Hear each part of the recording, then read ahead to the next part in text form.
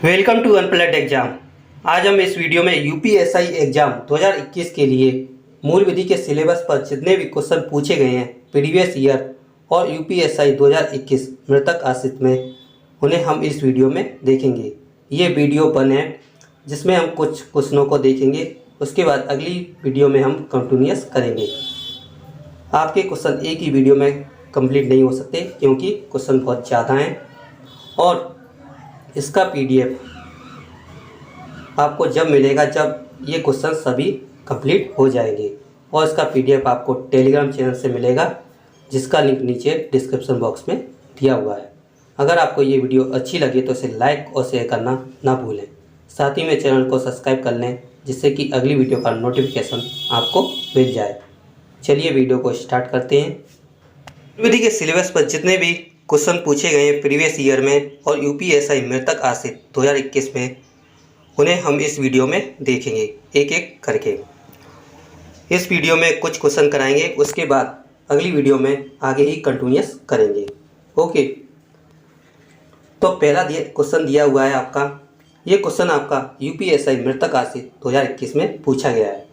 ये रात में एक राजमार्ग पर कार से यात्रा कर रहा है और अचानक हाथ में बंदूक लिए एक व्यक्ति उसे रोकता है और कार की चाबी सौंपने की धमकी देता है और उसका फ़ोन भी छीन लेता है, और सड़क पर फंसे एक को छोड़कर वह व्यक्ति कार लेकर भाग जाता है। दिए गए परिदृश्य में भारतीय दंड संहिता के अनुसार किस प्रकार का अपराध किया गया है?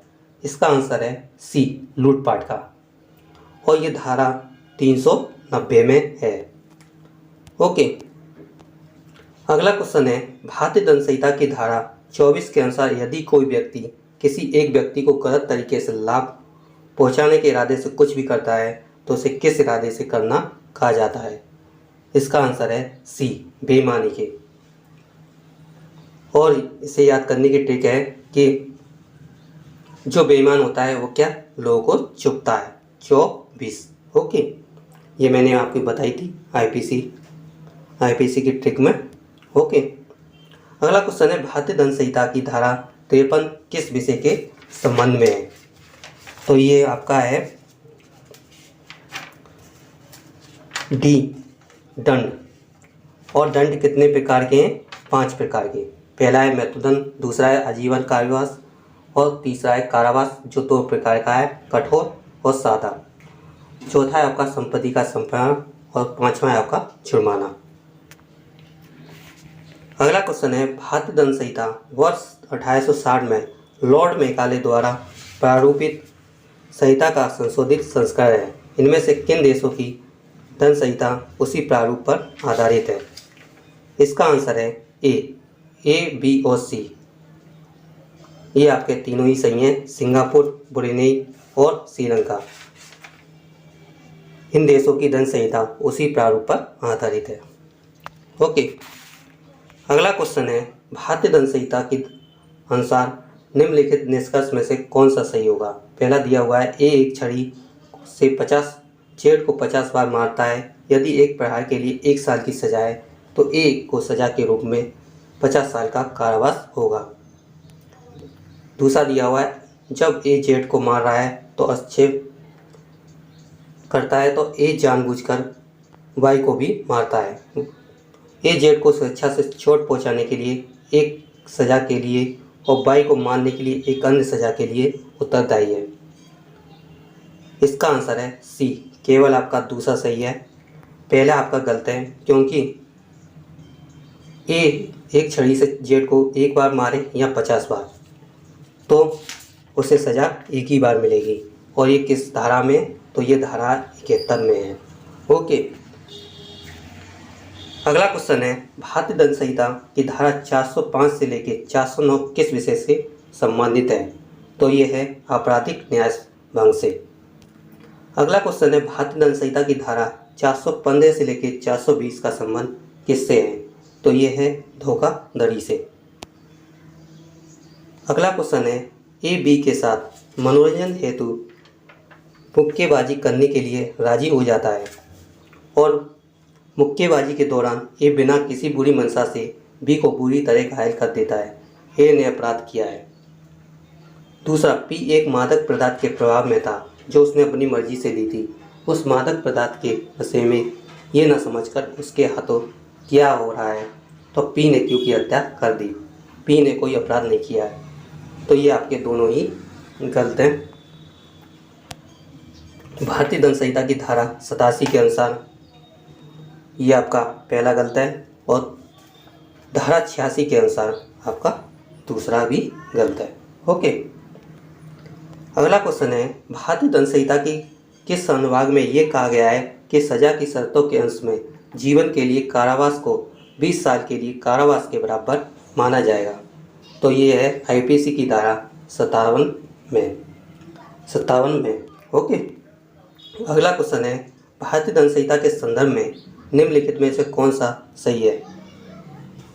तो इस पहला दिया हुआ है, भारतीय दंड संहिता की धारा ये कहती है कि किसी अपराध करने के लिए केवल राजी ही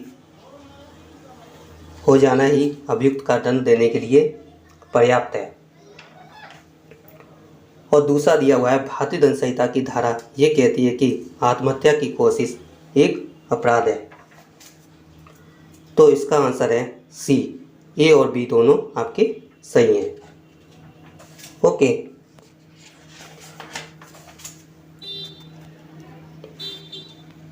अगला क्वेश्चन है, भारतीय दंड संहिता की धारा 307 का संबंध निम्न में से किससे है? तो ये है बी, हत्या का प्रयास। अगला क्वेश्चन है, भारतीय दंड संहिता के अनुसार निम्न में से कौन सा निष्कर्ष सही है? पहला दिया हुआ है आपका, 6 वर्ष के एक बच्चे ए ने बहुत सारी मारधाड़ की फिल्में देखी हैं।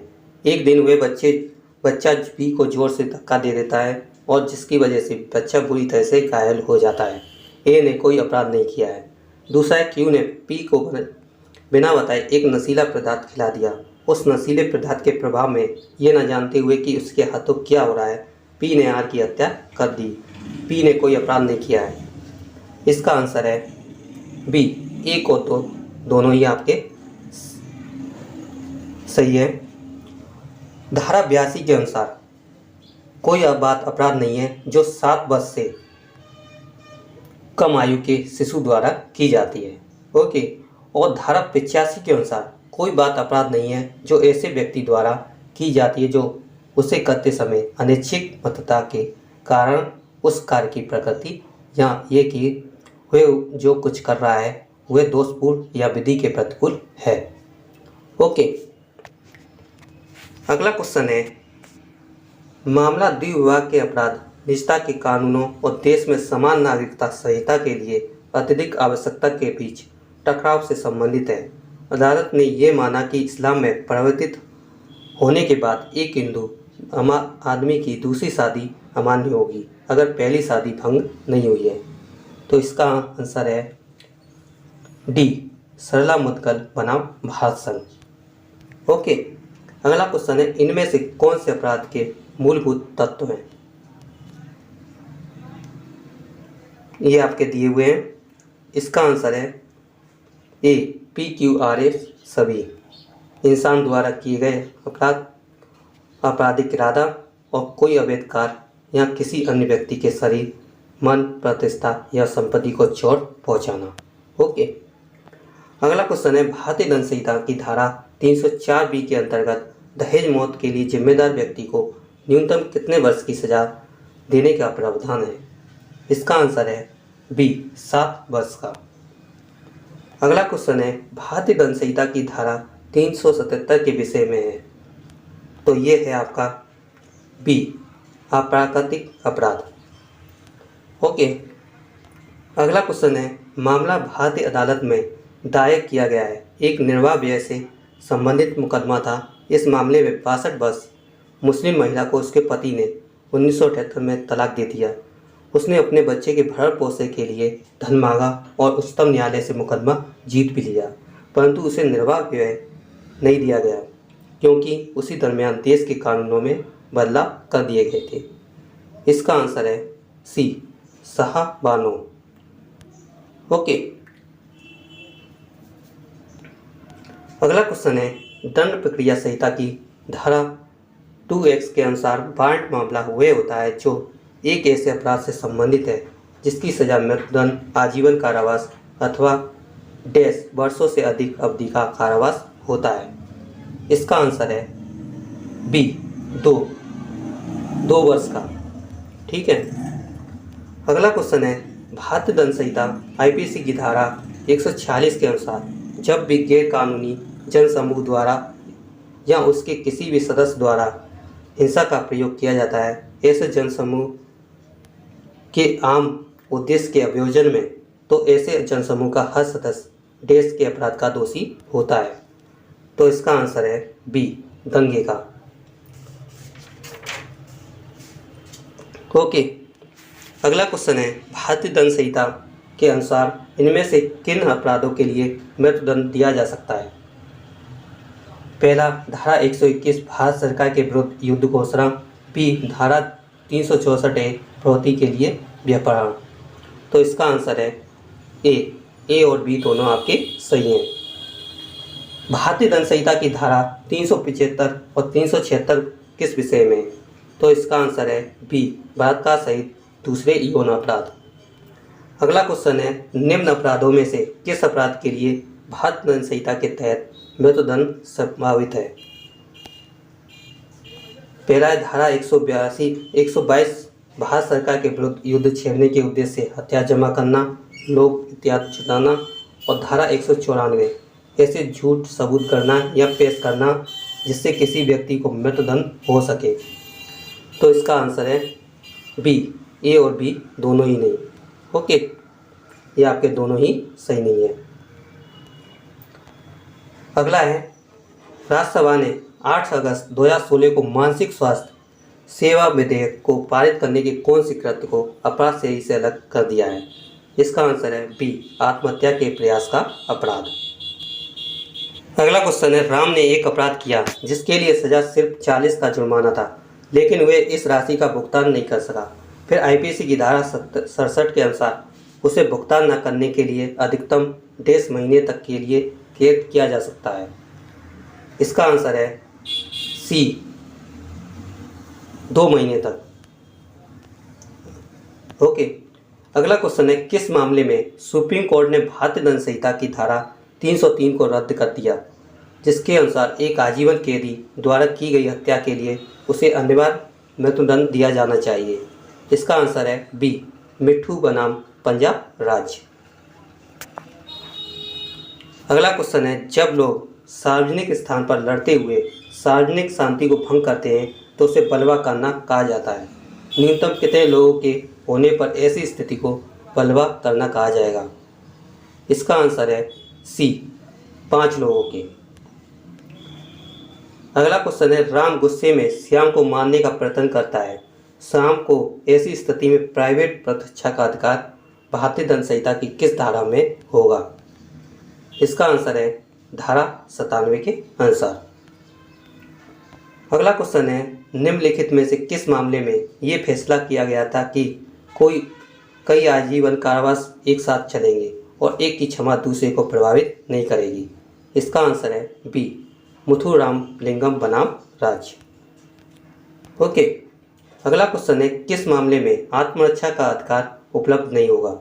इसका आंसर है ए, लोक सेवक द्वारा किया गया कार्य। अगला क्वेश्चन है, आत्मरक्षा का अधिकार है। इसका आंसर है डी, उपरोक्त सभी अपने शरीर के प्रति अपराध से प्रतिरक्षा, दूसरे के शरीर की प्रतिरक्षा, चोरी लूट आदि अपराध से प्रतिरक्षा। ठीक है, ये आपके आत्मरक्षा के अधिकार हैं। अगला है, महिला की लज्जा भंग करने संबंधी हमला दंड है। इसका आंसर है ए, भारतीय दंड संहिता में। अगला क्वेश्चन है, प्राइवेट प्रतिरक्षा का अधिकार किससे संबंधित है? तो ये है संपत्ति से। ये थे आपके आईपीसी के क्वेश्चन जो आपके प्रीवियस ईयर में पूछे गए हैं।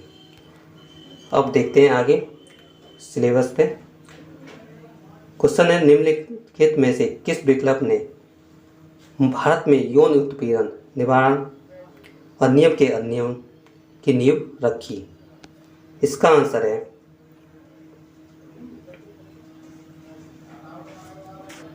विशाखा गाइडलाइंस। ओके। और यह आपका मृतक आश्रित यूपीएसआई में पूछा गया है। अगला क्वेश्चन है, निम्नलिखित में से कौन सा बाल विवाह निषेध अधिनियम 2006 के बारे में सही है। पहला दिया हुआ है, अधिनियम के अनुसार करार करने वाले पक्ष की इच्छा पर जो शादी के समय बच्चा था प्रत्येक बाल विवाह अयोग्य है। जिला अदालत में वयस्कता प्राप्त करने के 3 वर्षों के भीतर शादी को रद्द करने के लिए याचिका दाखिल करके ऐसे व्यक्ति द्वारा आमदता की एक अज्ञप्ति प्राप्त की जा सकती है। दूसरा है आपका, एक अज्ञप्ति देने के समय जिला अदालत दोनों पक्षों और उनके माता पिता या अभिभावक को अन्य पार्टी धन, सोना, गहने, उपहार और अन्य मूल्यवान वस्तुओं को लौटाने का आदेश देगा। इसका आंसर है डी, केवल पी आपका सही है। ओके, अगला क्वेश्चन है, स्त्री अशिष्ट रूपर प्रतिषेध अधिनियम 1986 के अनुसार निम्न में से कौन सा सही है। पहला दिया हुआ है, ऐसे किसी भी छवि, तस्वीर या चित्र का उत्पादन करना या वितरित करना जिसमें किसी भी रूप में महिलाओं का अशिष्ट रूपर शामिल हो अवैध है। दूसरा, उपयुक्त किसी भी ऐसी छवि, फोटो या आदि का उत्पादन या वितरण गैर कानूनी नहीं है यदि इसका प्रकाशन विज्ञान, साहित्य, कला या शिक्षा के हित में है और उसका प्रयोग प्रमाणित रूप से धार्मिक उद्देश्यों के लिए किया गया है। इसका आंसर है ए, पी और क्यू आपके दोनों ही सही हैं। अगला क्वेश्चन है, निम्नलिखित में से महिलाओं की सुरक्षा या कल्याण से संबंधित कौन सा अधिनियम पिछले 2 वर्षों में पारित किया गया है। इसका आंसर है सी, कार्यस्थल पर महिलाओं का लैंगिक उत्पीड़न अधिनियम। अगला क्वेश्चन है, दहेज लेना या एवं देना किस विधि के अंतर्गत अपराध है। इसका आंसर है ए, दहेज प्रतिषेध अधिनियम 1961। ओके, अगला क्वेश्चन है, 2 व्यक्तियों के बीच अपनी मर्जी से दहेज के लेन देन के लिए किए गए करार की वैधानिक स्थिति निम्न में से क्या होगी। इसका आंसर है ए, दहेज प्रतिषेध अधिनियम 1961 की धारा 5 के आलोक में शून्य होगी। अगला क्वेश्चन है, निम्नलिखित अधिनियमों को सबसे पहले पारित होने से पहले सबसे बाद में पारित होने वाले कालक्रम के अनुसार लगाइए। इसका आंसर है सी, पहला है आपका दहेज प्रतिषेध अधिनियम, उसके बाद है मानव अधिकार संरक्षण अधिनियम, उसके बाद है आपका सूचना अधिकार अधिनियम और उसके बाद है बच्चों को निःशुल्क और अनिवार्य शिक्षा का अधिकार अधिनियम। इनको सभी की लागू होने की डेट याद करने की ट्रिक मैंने वीडियो की बनाई हुई है, उनको आप देख लें। अगला क्वेश्चन है, राष्ट्रीय महिला आयोग की अध्यक्षता तथा प्रत्येक सदस्य का अधिकतम कार्यकाल कितने साल का होता है। इसका आंसर है ए, 3 वर्ष का। इस वीडियो में हम इतने ही क्वेश्चन देखते हैं, अगली वीडियो में हम कंटिन्यूस करेंगे। आप इसका PDF जब सभी क्वेश्चन कंप्लीट हो जाएंगे उसके बाद इसका PDF आपको टेलीग्राम चैनल में मिल जाएगा। ओके, अगर आपको ये वीडियो अच्छी लगी हो तो इसे लाइक, शेयर और करना ना भूलें और साथ ही में चैनल को सब्सक्राइब कर लें जिससे कि अगली वीडियो का नोटिफिकेशन आप तक पहुंच जाए। ठीक है, जल्दी मिलते हैं नेक्स्ट वीडियो के साथ, तब तक हंसते रहिए, मुस्कुराते रहिए। Good bye.